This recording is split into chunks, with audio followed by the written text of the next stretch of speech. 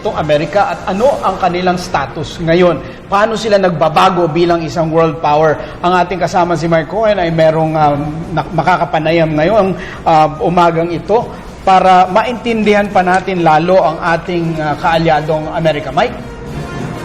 Of course, Attorney Mark and JJ, kasama natin ngayon is a member of the American Citizens Abroad dito po sa Philippines.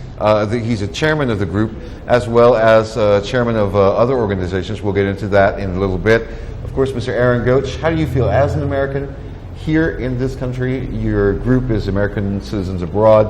Essentially, your presence here. What does it feel like for you?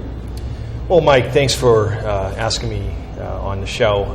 I'm quite proud to be an American today, but I'm also quite proud to be head of a Philippine-American household. My wife is from the Philippines. She's also Chinese.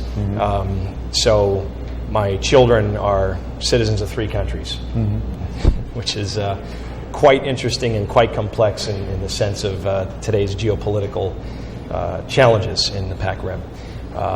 So I guess you could say I'm a microcosm of, what's happening right now with China, the U.S., and everything. But as an American, obviously you mentioned a while ago you're living out here, you have children, you have a farm, you've settled down. There's about 350,000 or so Americans who live in the Philippines. What's it like your president coming to town?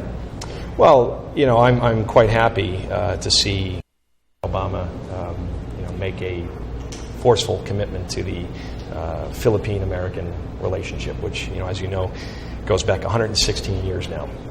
And, I think some people view the U.S. and the U.K. as a special relationship, right? I've heard that term. I'm sure you have many times. I view the U.S. and the Philippines almost on the same level. And I think I kind of view the Filipinos as, for me, they're my in-laws, right? And I think for a lot of Americans... You didn't just marry your wife, you married the country. And I think America did too, and I think the 2 countries are married in a way. And it's really nice. So it's really not, we're the United States is in Kuya, right? And Philippines Ating. It's more, we're really partners. And in the spirit of Balikatan, did I get that right? Balikatan. So it's more, more shoulder to shoulder. It's really a barkada. It's a friendship back over a century. And it's really the shared values of liberty, independence, and family values, I think, that bind the Philippines and America together. What I'd like to also get into, and a lot of people in our audience might be surprised, is, we obviously can invite any number of Americans here. We chose you because you're also the chairman of Republicans Abroad in the Philippines. Many people think that when you say, Republicans welcoming a Democratic president to this country, that's a totally different thing. But actually, America only has one president at a time, right? I welcome President Obama as our head of state, as our commander-in-chief, and as our duly elected president. He's, I think... he's made a commitment to security in the Pacific Rim, which is very a very big issue for Republicans, particularly. Republican Party being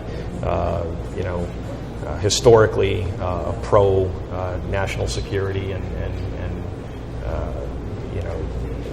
pro defense party, right? So to see the president come and sort of follow through on this. Concept of the pivot to Asia. I just wish it had happened sooner. I wish it had happened in his first term. So if I have any regrets, in terms of we have a long day ahead. The president's arriving. His helicopter's flying around. Let's go back to Attorney Mark and JJ. Maybe they have something, or something is developing right now.